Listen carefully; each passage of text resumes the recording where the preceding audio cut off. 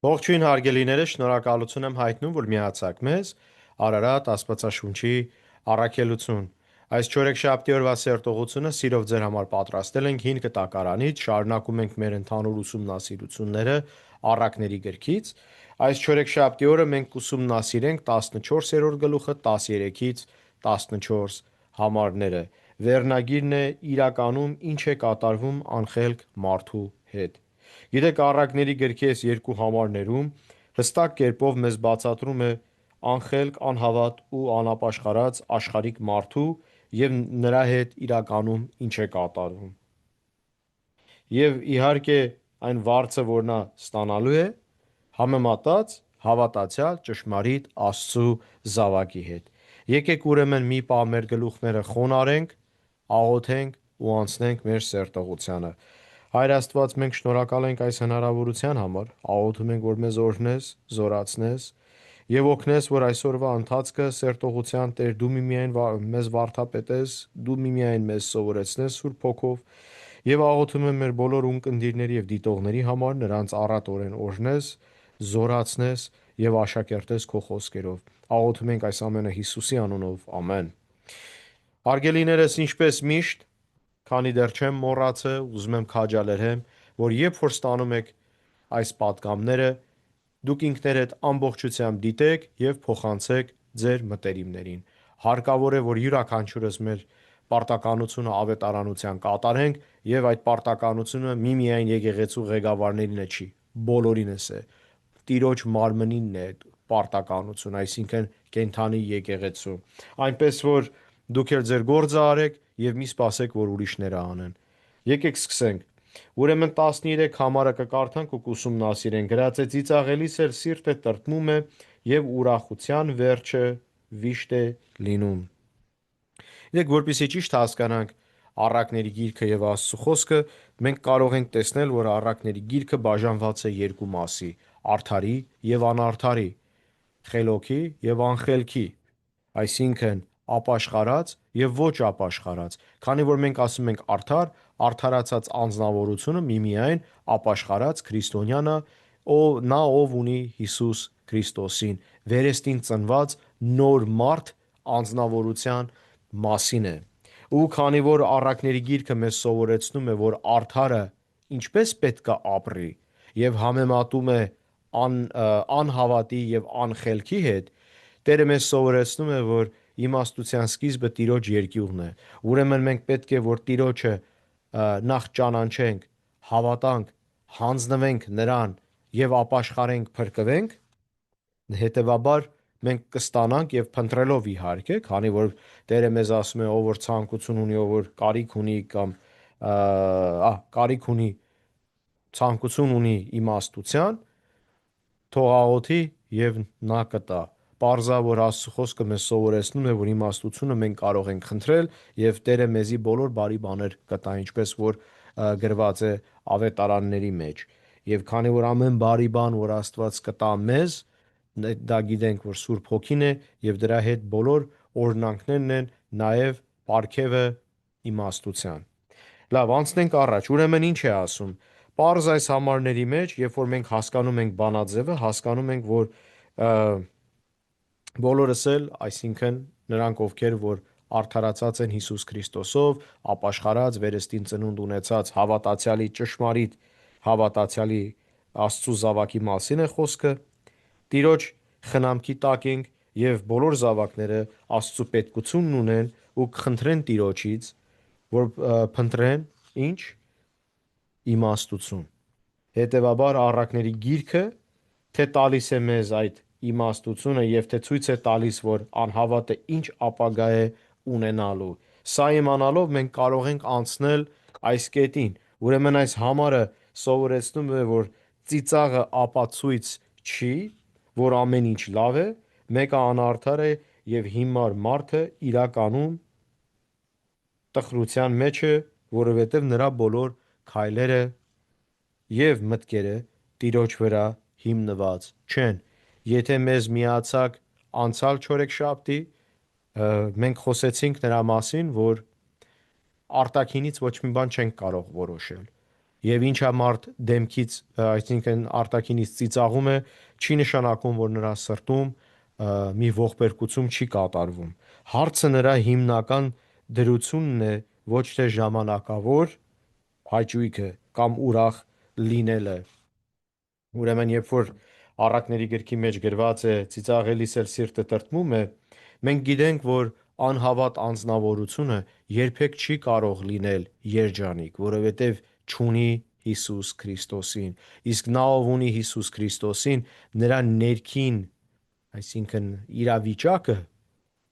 երջանկություն, փայլուն ու ցնծություն է տիրում։ Ինչու՞, որովհետև ապաշխարած անձնավորությունը հասկանում է, որ Հիսուս իր համար ինչ է արել,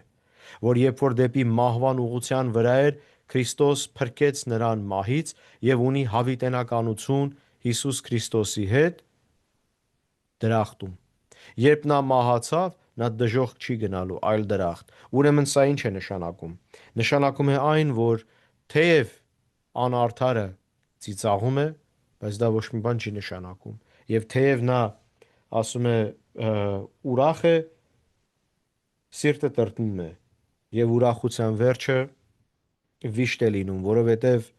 տեսեք, թե մենք ընդունենք, որ կարող է անհավատը այսօր ուտի խմի եւ ուրախանա, վաղը վերջում գնալու է դժոխք, եթե չապաշխարի, եւ թե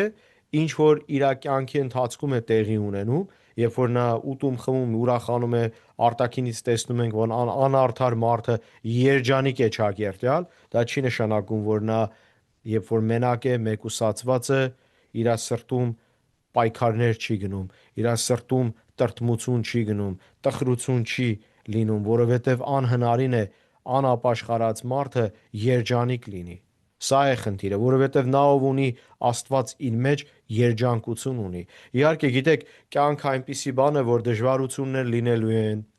մեր տրամադրությունը կարող է փոխվի եւ այլն, բայց եթե իմացեք եւ հասկացեք մի բան, երբ որ ապաշխարում ես, ընդունում ես Հիսուսին որպես Տեր եւ Փրկիչ, Սուրբ Հոգին է բնակվում քո մեջ, որտեվ կնիքն է դա ապաշխարության եւ փրկության։ Եվ ունենալով մեր մեջ Աստծուն, մենք ընդամենը այդ փառավոր հարությունով, այդ զորությունը փառավոր հարության, մենք կարող ենք Տիրոջը տալ մեր բոլոր տրամադրությունները, մտքերը եւ այլն, եւ Հիսուսի անունով հանդիմանենք բոլորը, որովհետև մենք թույլ չենք կարող տալ, որ չարը մեր վրա իշխանություն ունենա։ Եվ այս տխուր մտքերը, այս անտրամադիր իրավիճակները թելադրեն մեր քայլը եւ երջանկությունը խախտեն, որը ունենք մենք Տեր Հիսուս Քրիստոսով Աստծու մեջ։ Լավ, ուրեմն անցնենք մյուս կետին, անցնենք 14 համարին, տեսնենք ինչ է ասում 14 համարը, ասում է կամակոր սիրտը կկշտանա իր ճանապարհների պտղից, իսկ բարի մարդը ինքն իր գործերի պտղից։ Ուրեմն սա ինչ է նշանակում։ Գիտեք, 14 համարի մեջ սովորեցնում է, որ անարդարը, անհավատը, հիմար մարդը իր արարքների պատճառով կստանա իր հատուցումը, իսկ հավատացյալ ճշմարիտ Աստծու զավակը իր վարձը Աստծուց կստանա։ Ամեն մարդ ինչ գործ որ անում է, ինչ որ ցանի, նա էլ կհնձի։ Եթե մենք ցանում ենք սեր, հավատք, հույս, Աստծու բոլոր կանոններն ու կամքն ենք կատարում, հետևում ենք Աստծու խոսքը, այն ժամանակ եւ անում ենք Տիրոջ կամքը իհարկե, այն ժամանակ մենք կհնձենք այն ինչ որ բարի է եւ այն ինչ որ աստվածային է։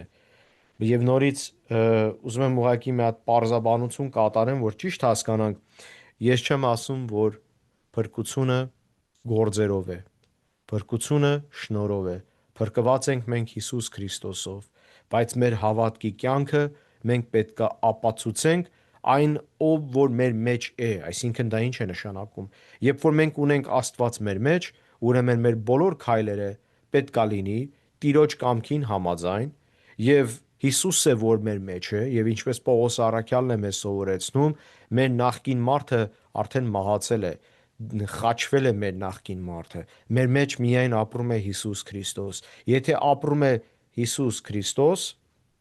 ուրեմն իմացեք, որ մեր բոլոր քայլերը, այն ինչ որ հոգու պտուղն է, որ մեզ սովորեցնում է Գաղատացիներ 5-րդ գլուխը, հիմա կթերթեմ ու կկարդանք, բացատրում է մեզ, թե արդյունքը հավատացյալ, ճշմարիտ, վերստին ծնունդ ստացած հավատացյալի մեջ ինչ տեսակի էություն և հատկություններ պետքա լինի։ Եվ հիմա թերթեմ ու անցնենք բացատրությանը, որը իհարկե համապատասխան է այն ինչ որ մենք ասում ենք հիմա։ Ասում է 5-րդ գլուխն է նամակ Գաղատացիներին 18-րդ համար, բայց եթե հոգով եք առաջնորդվում, օրենքի տակ չէ, հայտնի են մարմնի գործերը, որն են շնություն, պոռնկություն, պղծություն, գիջություն, կռապաշտություն, կախարդություն, թշնամություններ, կռիվ, նախանձ, բարկություն, հակառակություններ, երկպառակտություններ, բաժանություններ, չարակամություն, սպանություններ, հարբեցողություն, անառակություններ և այն ինչ սրանց նման է։ Ասում եմ ձեզ, ինչպես որ նախապես էլ ասում էի, եթե այսպիսի բաներ անողներն Աստծու արքայությունը չեն ժառանգելու։ Եվ հիմա ուշադրություն, 22 համարն ասում է հոգու պտուղը այս է. սեր, ուրախություն, խաղաղություն, համբերություն, քաղցրություն, բարություն, հավատ, հեզություն, ժուժկալություն, այսպիսի բաների դեմ օրենք չկա։ Ուրեմն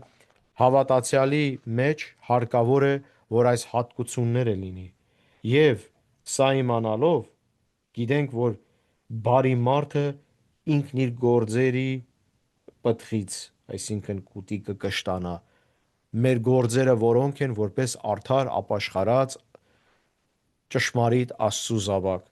Այն է, որ մենք կատարենք Տիրոջ կամքը, լիովին ամբողջությամբ հանձնվենք Տիրոջը, որ մեր սրբության ընթացքը նա մեզ վերափոխի, նմանվենք Հիսուսին և ապրենք իր կամքի և զորության մեջ։ Այն ժամանակ մեր մեջ կառաջանա բոլոր այն հատկությունները, որտեղ ժամանակ է տևում, որը հոգու պտուղն է, եզակի, ոչ թե հոգնակի, որտեղ բազմաթիվ օրինակներ տրվեց, բայց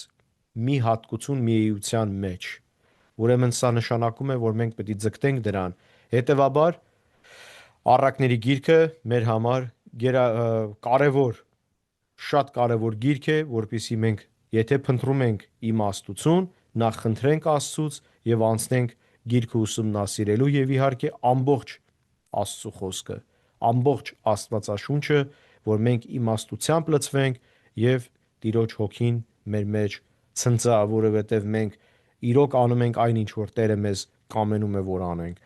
Թույլ չտանք, որ մեր արարքներով Սուրբ Հոգին տրտմի և տխրի մեզանից և մեր արած սխալներից։ Եկեք միշտ մենք երկնային մտքում լինենք, մեր միտքը դնենք երկնային բաների վրա և ծառայենք Տիրոջը։ Աղոթում եմ, որ այսօրվա սերտողությունը ձեր համար օրհնանք էր, Աստված թող ձեզ առատորեն օրհնի։ Ամեն։